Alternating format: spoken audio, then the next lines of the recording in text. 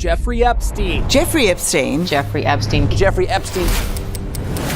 It's just very strange for a lot of people that the list of clients that went to the island has not been made public. Yeah, it's very interesting, isn't it? So if you're able to, you'll be... Yeah, I'd certainly take a look at it. This is a Democrat hoax. Yeah, I'd be inclined to do the Epstein. I'd have no problem with it.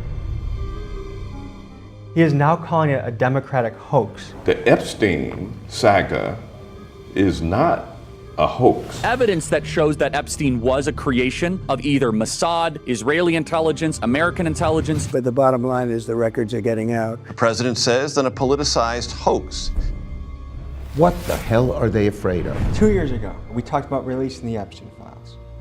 Last night, I was shocked to hear that you voted against releasing the Epstein files. You got a lot of people that it could be mentioned in those files that don't deserve to be. And you're really calling the women who were in tears talking about in junior high a hoax? How demeaning, how insulting. In junior high? In junior high, some about 13, 14 years old.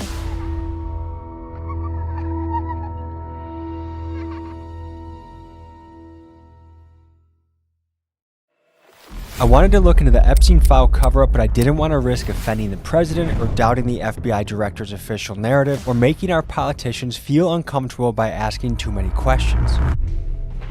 You know what? Fuck that. I'm not apologizing for anything. It's time to go gloves off. These people are lying to us, and I don't care whether it's Biden, Kamala, Trump.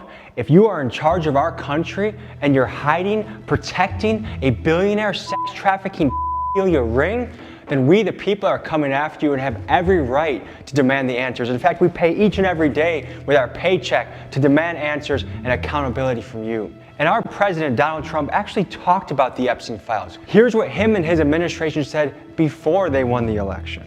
Yeah, I'd be inclined to do the Epstein. I'd have no problem with it. Seriously, we need to release the Epstein list. That is an important thing. It's pretty sick what that man did. 200 victims, well over 250 actually. Who has Jeffrey Epstein's Black Book? Black Book? FBI. As the former #2 in the IC, they overclassify 50% of the stuff there to protect the deep state. Oh no, you can't see that, nothing to see here. And now that these people are in power, here's what they are saying. Look, the whole thing is a hoax. It's put out by the Democrats because we've had the most successful 6 months in the history of our country. This is a Democrat hoax that never ends. 20 years ago, or whenever it was, 2006, 7, 8, Epstein gets his sweetheart plea deal, right? I wasn't in power there. I wasn't in place there. I had, nothing to do with it. But are you still talking about Jeffrey Epstein? I put out a poll on my YouTube channel and 115,000 of you replied. And 96% of you said that the government is a bunch of filthy liars when it comes to the official narrative on the Epstein story. So me and my team boarded a plane and we flew to Washington, D.C. to launch a full-scale investigation. In doing so, we talked to United States senators, guys like Chuck Schumer, Ron Johnson and Rand Paul, as well as representatives like Nancy Mace, Hank Johnson, and the man that's leading the charge to push for transparency, Representative Ro Khanna. Furthermore, we joined forces with one of the top conspiracy theory experts on the internet, Mr. Ian Carroll, and we also spoke with a guy by the name of Mike Yeagley, a man who works with all of your favorite three-letter agencies and claims to have seen a version of the Epstein files himself. We get into this and much, much more.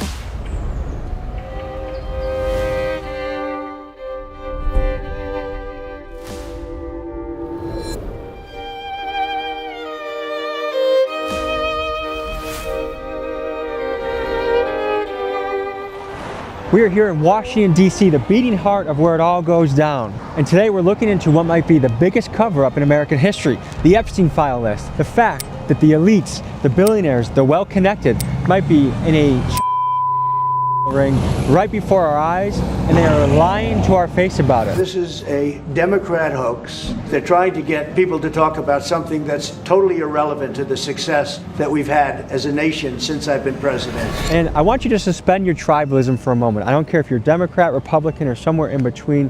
This is about the truth. This isn't about one party or the other. I actually think they're probably both complicit in this. We're gonna get to the bottom of this because I think this is very important. So join me as we question, and we do one of the most American things there is, which is to question authority, demand the truth, and get the knowledge out to the people, we the people, who fund all of this.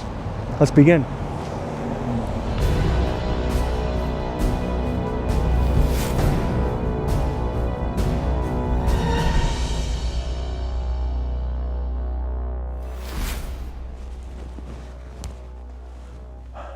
My name's Ian Carroll, and I'm an independent journalist, researcher, content creator, and my slogan is follow the money, seek the truth.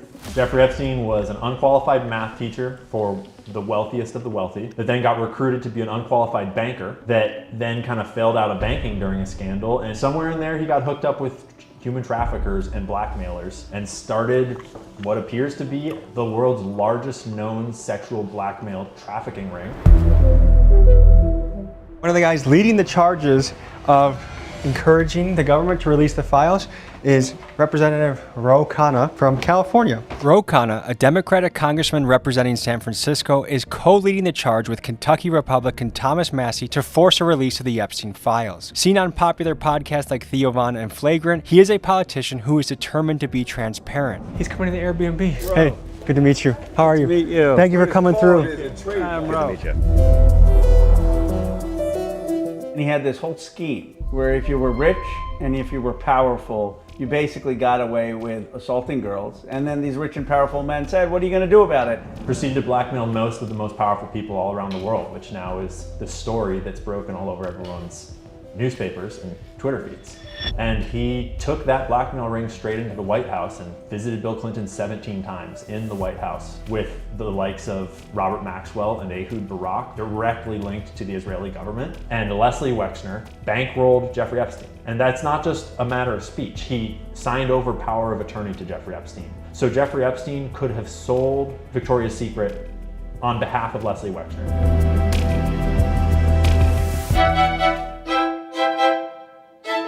I gotta say, I don't wear a suit often anymore, but I feel at least 10 IQ points higher right now. I feel good. I feel quite patriotic today. Getting the chance to talk to our elected officials and demand accountability, to me, is something that makes me very proud to be an American.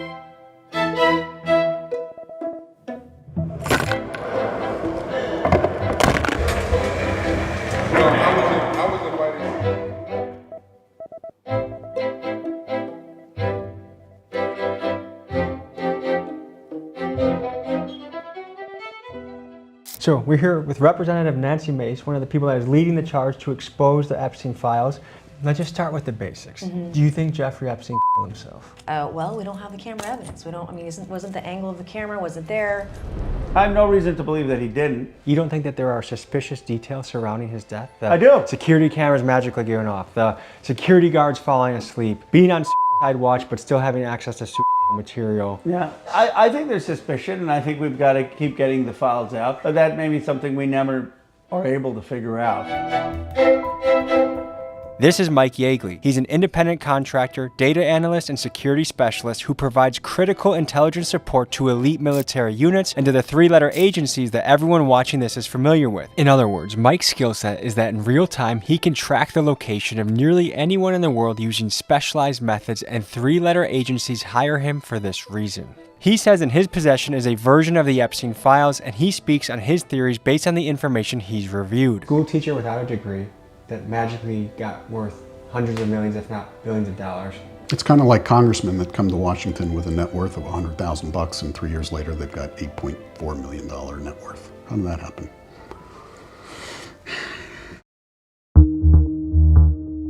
Who is Ghislaine Maxwell? She was the madam. She was the one female that could talk to an impressionable 15-year-old girl who wanted to be a model for the Limited. Basically grooming these young girls and bringing them to Epstein. She was there recruiting more junior high and high school students for Epstein. She was part of the abuse. And for her to now get pardoned is a slap in the face of every survivor. Do you think it's possible that that's going to happen? This president is capable of anything. I also thought it was a slam dunk he would release the Epstein files. Something is there that's forcing him not to release it. Ghislaine Maxwell is the daughter of Robert Maxwell. Her dad was an interesting character. There's no doubt about that.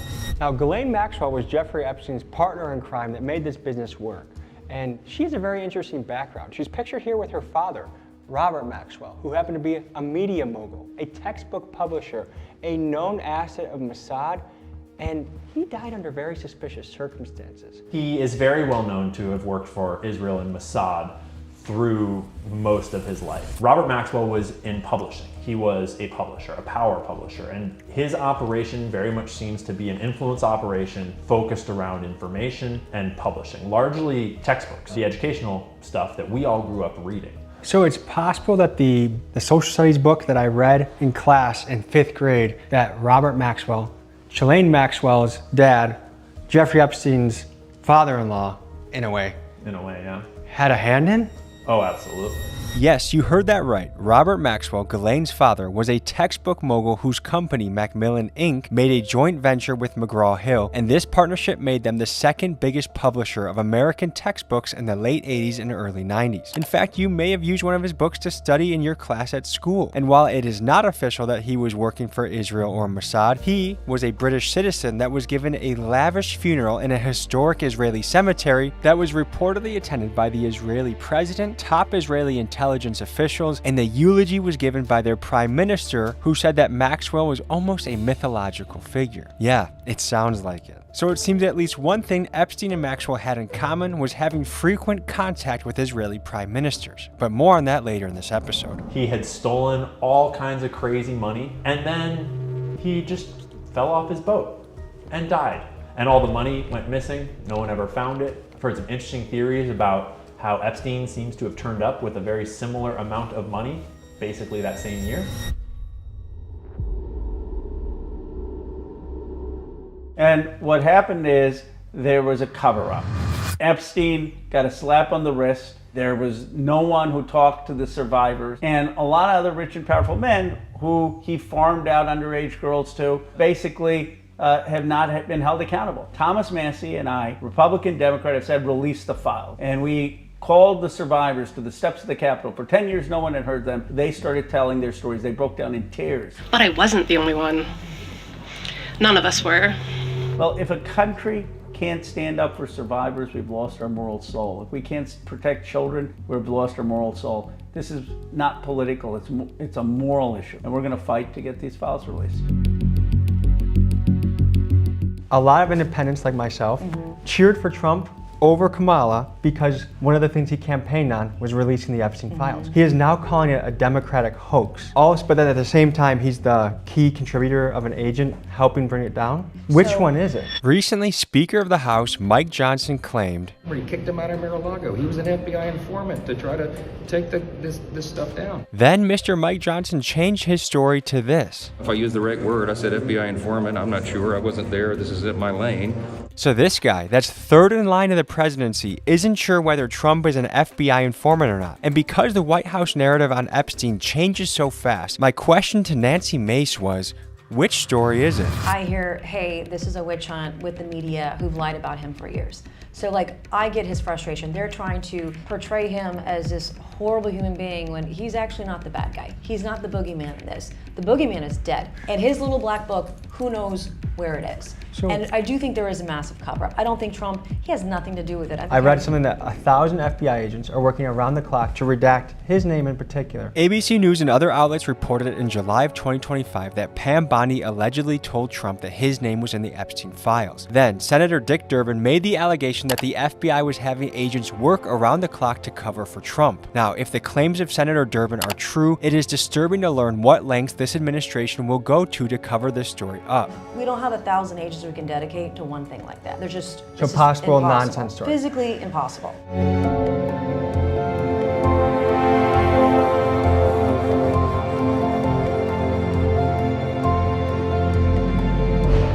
We know that Trump is in the files. What makes you sure to say that? Hank Johnson is a Democratic congressman from Georgia. Here was his take on the current state of the Epstein file cover-up. Well, because he had 1,000 FBI agents combing through the records to remove his name.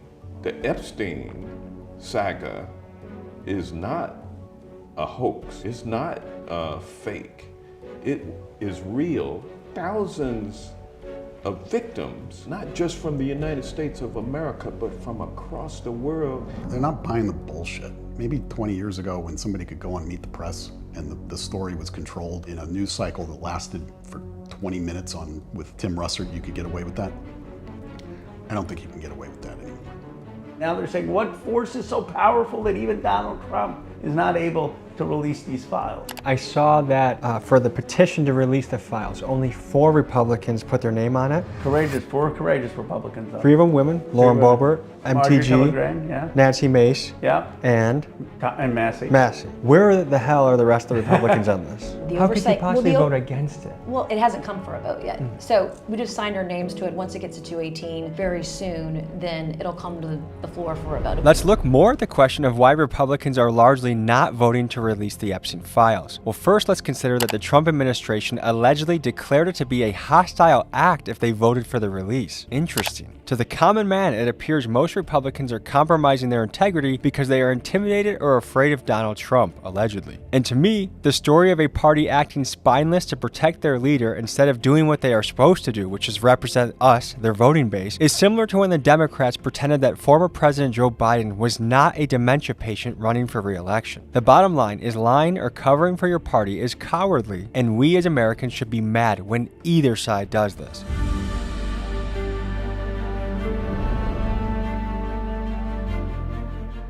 Surprisingly, we're getting one of the top Democrats, probably the top Democrat, Chuck Schumer, to speak to us.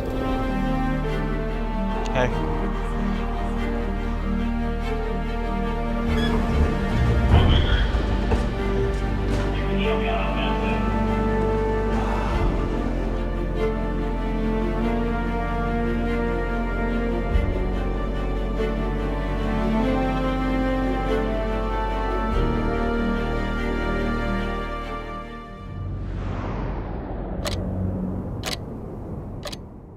By the way, this is the original Gilbert Stuart of George Washington. Really? We used it for the portrait of the dollar bill. Isn't that amazing? This is a beautiful building to be in. Isn't it? Yeah. You tried to pass a resolution to prompt the release of the Epstein files. Right, we did.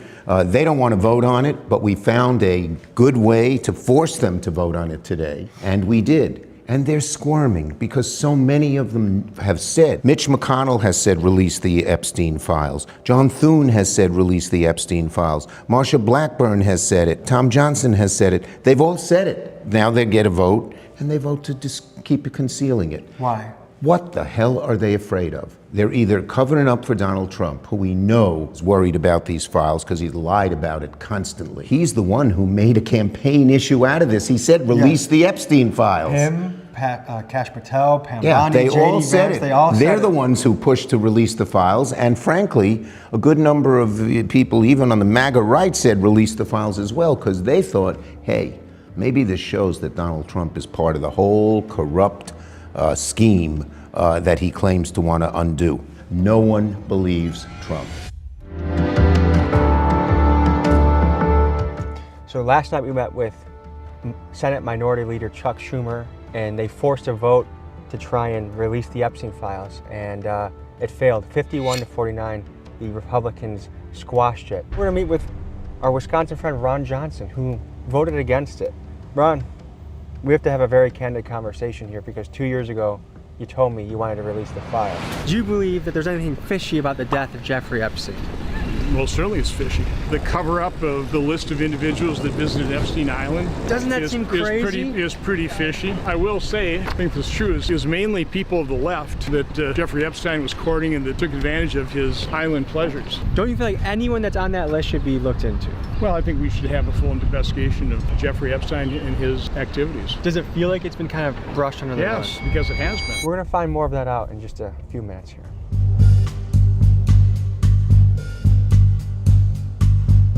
Now is the time for a few good men to come to the aid of their country.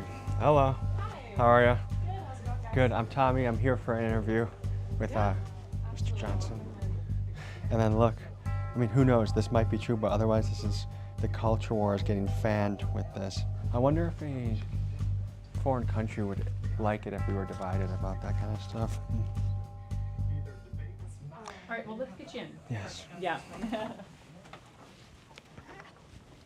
Thank you. Hey there. Mr. Johnson. Tom, how you doing? Good to see you again, man. Nice to see you. How are you? 2 years ago, when we met, we talked about releasing the Epstein files.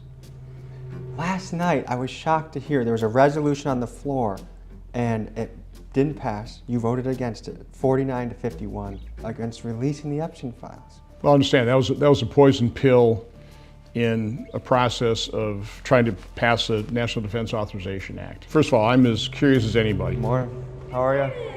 I'm Tommy. Nice to meet you guys. Where would you like us to set up? I think y'all are going to be in the conference room. Hello. Hey, an absolute honor. My name's Thomas. Nice to meet you. Nice to meet you. I think one of the things that really annoys people is they think, well, maybe some rich people don't have the same justice. I'm just an ordinary person. I live in a middle-class home, but this really rich guy can do stuff, that if I did, I'd go to jail. And I think that's the way I look at the Epstein thing. I don't have any facts about it. I'm not consumed by it. But at the same time, I think that there's a perception out there that wealthy people got away with stuff and that something's being hidden. So you started out talking about Epstein. It's certainly not my priority, but let's start out, truthfully. Let's start out and talk about what happened yesterday. What happened to Charlie Kirk dwarfs, the Epstein file is dwarfed by the implications of what happened. Senator Johnson, I agree with all of these points. I agree, but I do feel like we are derailing from the Epstein file. You had... Again, we'll get to the Epstein files. I don't have that much to say about them because I don't know anything about them. Then why did you vote against releasing it? Because that was a charade. That was a poison pill trying to derail the passage of the National Defense Authorization Act. The Epstein files will eventually get released, okay? We followed up with a couple Senate offices to see if they knew what Ron Johnson meant by this poison pill theory he's talking about, and they were just as confused as we were. You spoke with some of those victims last week. What can you tell the American people what you learned in that meeting? I was moved to tears. Well, I think my face showed it all. I left the meeting early in tears. It was just really, I'm going through something that's very raw and very similar. I'm about just under 2 years into my own trauma. I want to say that these women are very, very brave. Can I ask you a question about that? Yeah, sure. So how does it feel to have your whole party turning against you, to have the president turning against you, to have all this political power coming to bear on you just for trying to hold accountable in our government? Well, as long as I've got the people back home for me and the people out in the country for me, that's okay. I've never tried to make it my priority to worry about my friendships here. I think half the reason people are motivated to keep them secret is embarrassment.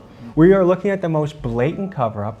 The dumbest lies are being used. Are you not sure that there's something fishy going on? I think there's something very fishy going on. And then you had one of the victims that died recently, Virginia Giuffre. According to Trump's own words, Virginia Giuffre appears to be a key part of why he and Epstein had a falling out, and we'll cover this more in detail later in the episode. I'm happy to try and extract those from the government. Yesterday's vote wasn't the time to do it. Okay. The Wall Street Journal published what may or may not be a birthday card from Donald Trump to Jeffrey Epstein. They're known friends, known associates, many photos together, but Trump is suing them for $10 billion for defamation and other reasons.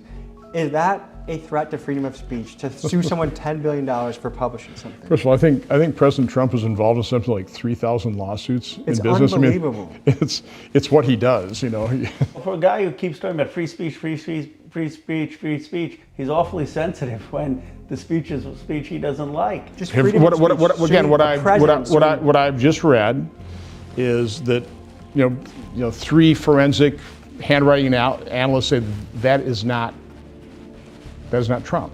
Well, I tracked down the survivors' lawyers and we went to Epstein's estate and we said, okay, send us this birthday book. And lo and behold, the birthday book existed. They sent us the birthday book, and it turns out that there was Donald Trump's letter. On the day we were in D.C. covering the story, the Wall Street Journal republished what they claimed was a birthday card from Donald Trump to Jeffrey Epstein. In response, Trump filed a $10 billion defamation lawsuit against the Journal, saying that it caused him, quote, overwhelming financial and reputational harm. And folks, this seems to be the Trump family playbook. If you print something they don't like, they might just hit you with a massive, almost impossibly big lawsuit. I mean, just recently, Melania Trump sued Hunter Biden for over $1 billion over a claim that Epstein introduced her to Donald Trump, allegedly. And it then occurred to me that Trump might sue me for this very episode. So I called my lawyer to get his take. Tommy G. How you doing, man? Good, how are you? I'm now getting a little bit scared that I'm gonna get sued by the Trumps for an obscene amount of money. Well, just always say, it's been said, it's been alleged. We don't have, like much of this, we don't have factual support. But it's been, some have the opinion that. Just couch what you're saying. And then what if I still do that and he still sues me?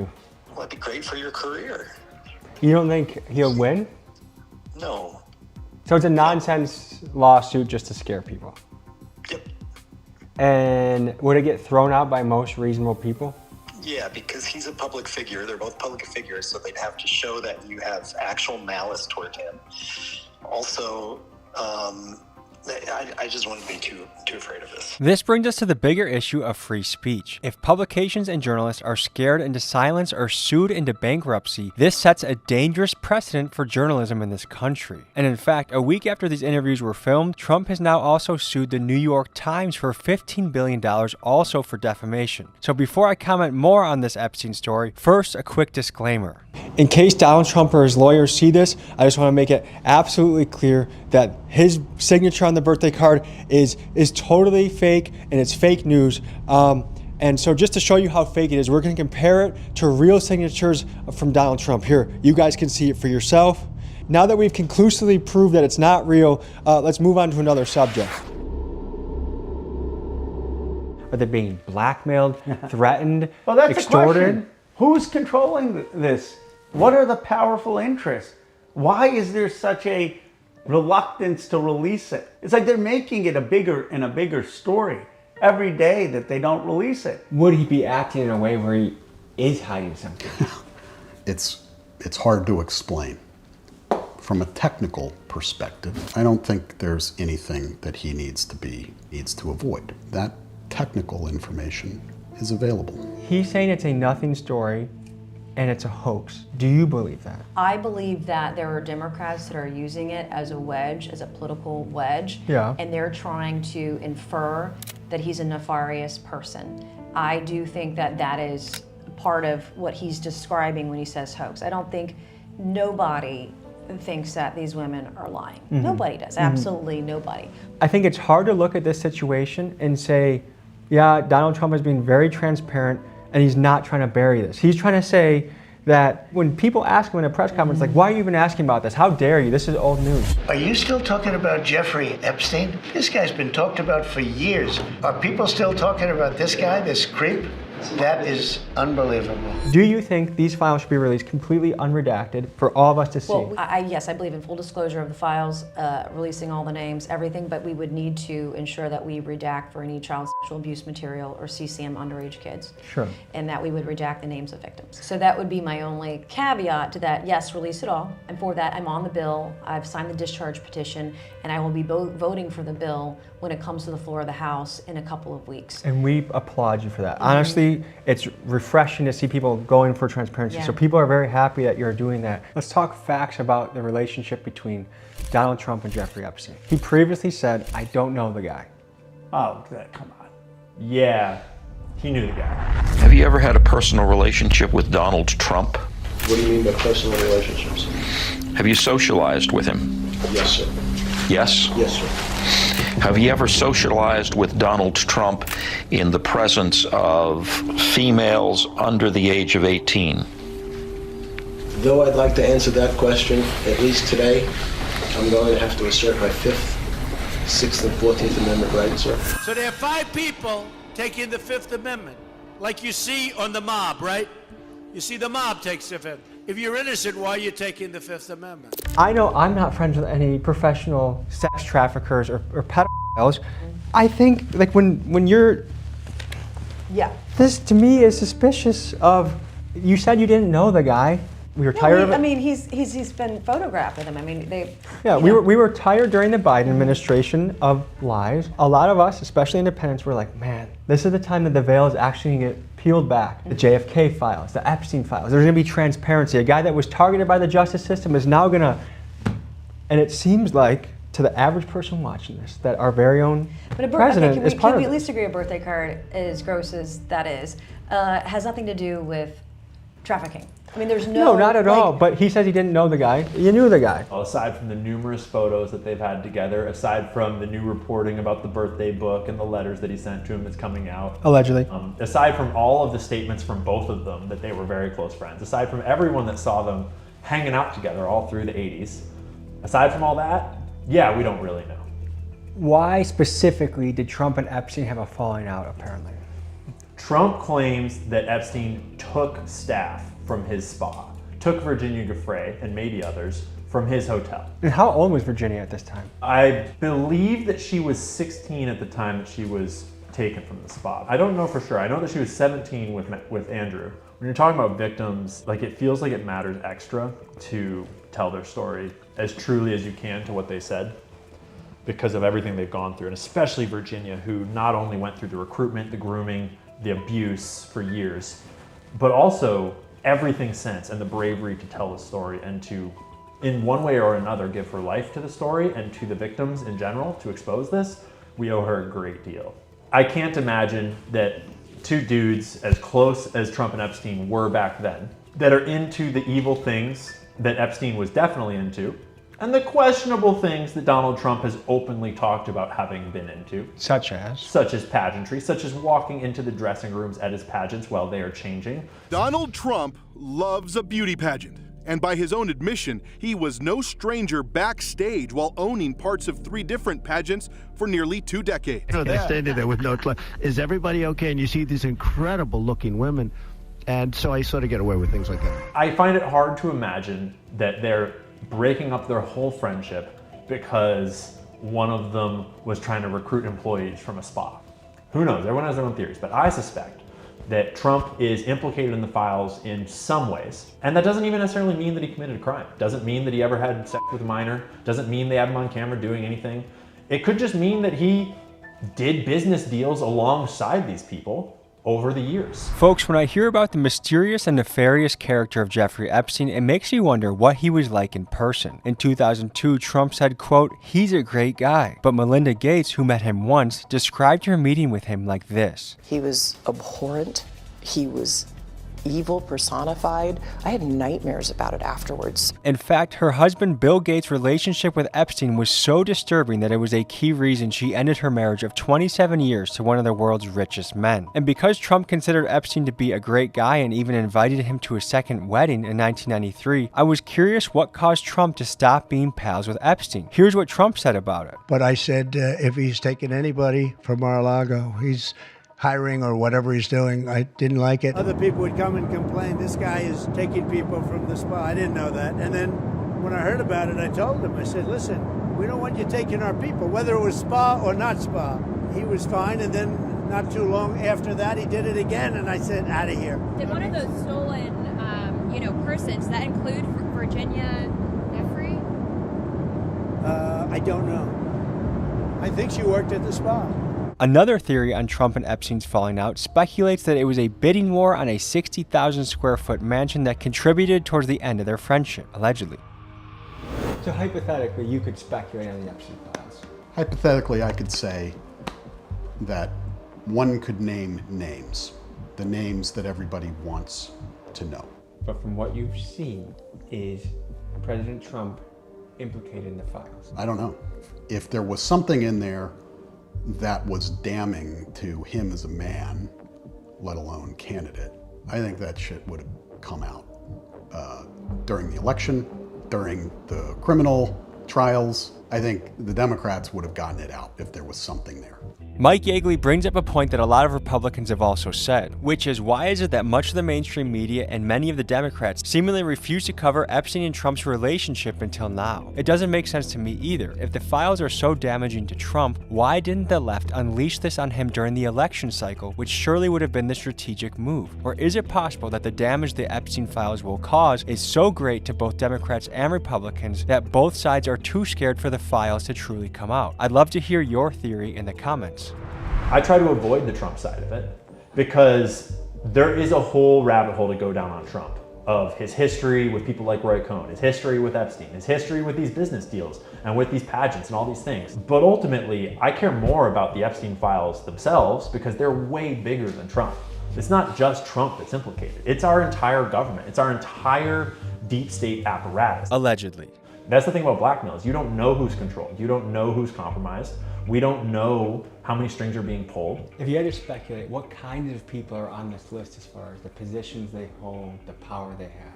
I think you would see high-profile media types, university presidents, CEOs beyond those that have already been called out, actors, rappers, You might see a religious figure here and there. Do you think foreign intelligence operatives are involved in this? I do. Can you speak more about how this could be a honeypot operation? I think a lot of Americans don't have a strong understanding of how blackmail works because it's not something that we deal with in our regular lives. And I think that a lot of Americans are starting to think about it more and understand it more. And most people arrive at the very surface level first and they think that's the whole story. You'd think it's like, oh, you get them on camera having sex with a minor, and then you own them and they do everything you tell them to. And ultimately, that's not the only form of blackmail or honeypot that works. And ultimately, it's never that simple. Everyone does things in their life that they're ashamed of, that they would rather be able to take back. But that blackmail that you have from your past baggage, it never goes away. And so as you achieve a position of power later in life, you bring all that baggage with you, for better and for worse. And if anyone can find it and exploit it, then maybe you are about to work for that. Do you think it's likely that Jeffrey Epstein was part of an intelligence agency and this was a honeypot operation to compromise people with blackmail? I think that every option is on the table. I think it's an absolute possibility. I think, you know, I've never seen a honeypot operation, but I've heard stories of honeypot operations in our country, other countries, that it's a thing that they do. Davos, for example, that there are stories of prostitutes that show up and all these things go on. You have to think to yourself, we're not that stupid or that gullible. Somebody's filming something somewhere and gonna hold it over someone's head for some deal. I would be shocked if that does not go on. Now this is the infamous jet, the Lolita Express, that some of the most influential and powerful people in the world took this jet to places like his island, where they did unspeakable things with minors. And this was likely part of the whole blackmail operation. But let me draw your attention back to this. Now, how did Epstein get this jet? Well, he bought it from none other than our friend Leslie Wexner, the guy that owns Victoria's Secret. And not only did he buy the jet from him, but he also happened to be this billionaire's financial advisor, even though Jeffrey Epstein got fired from Wall Street. What qualifications did Epstein have to advise billionaires on their financial assets? I don't know. It doesn't make sense. Who is Leslie Wexner? Leslie Wexner is one of the wealthiest and most powerful Jewish Zionist philanthropists and business owners in the world. He's a multi-billionaire. He lives in Ohio. He's from Ohio. And he founded L Brands, which is best known for Victoria's Secret. It's also Bath & Body Works. It's also Hollister, Abercrombie & Fitch. It's a whole bunch of these brands. Leslie Wexner had Jeffrey Epstein managing basically his whole estate for over a decade. He later claimed that Jeffrey stole money from him and that he didn't know anything about what Jeffrey Epstein was up to, because it's plausibly deniable because he had signed over power of attorney. So Jeffrey Epstein could have done anything and he would never have known.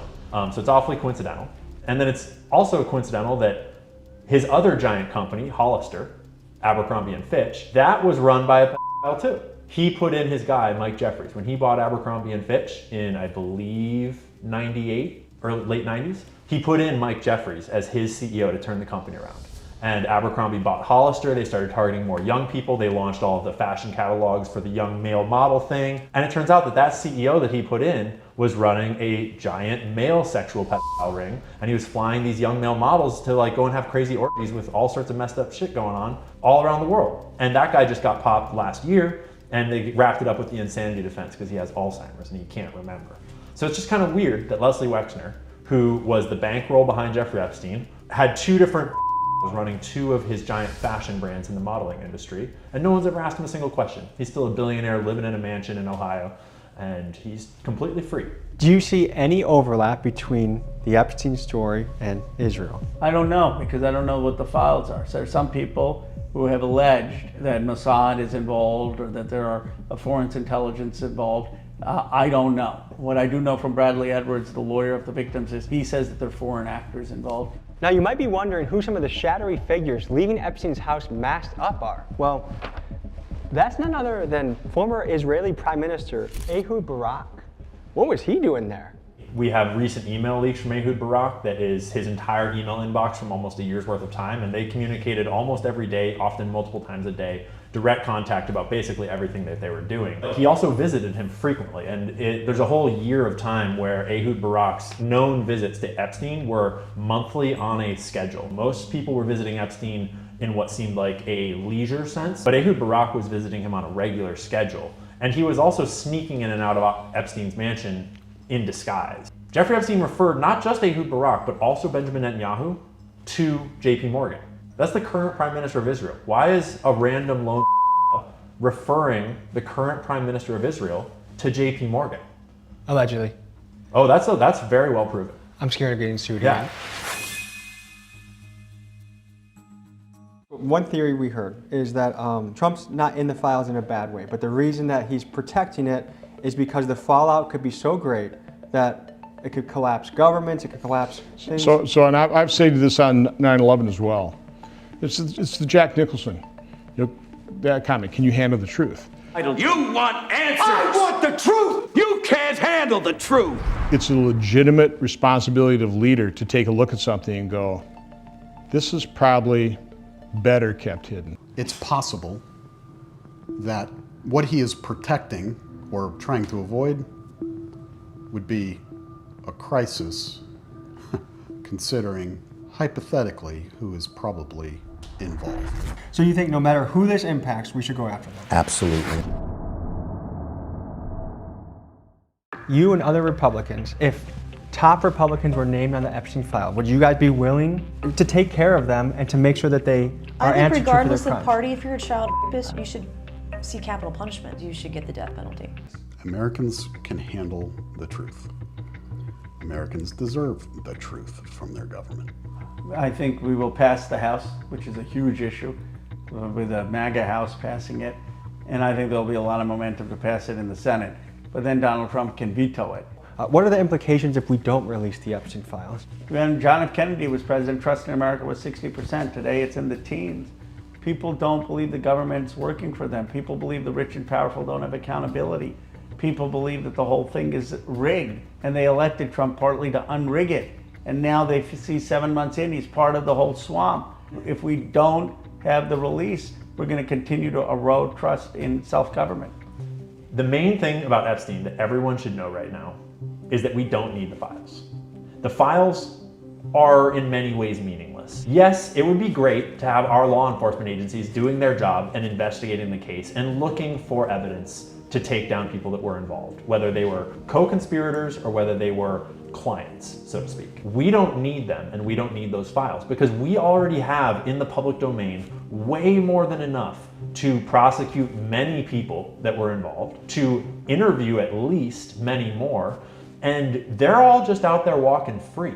Folks, one of the coolest things about being an American is by questioning the narrative, questioning our government, demanding truth, and not being afraid to speak out about anything. Part of American history, if you go all the way back to the Boston Tea Party, is questioning a government that we view to be tyrannical. And this government has decades of lying under its belt, both Republican and Democrat. They owe it to us. We are the ones that foot the bill. We are the ones that can't afford health care, housing, food on the table, while these people are protecting a billionaire sex trafficking pedophile ring. So folks, I say to you, read as many books as you can. Get in the gym and get in fighting shape. Get ready to rumble, because if shit needs to hit the fan, you better be ready. Folks, this is Tommy G. I love my life, I love you, and I love this country. Signing off, see you next week.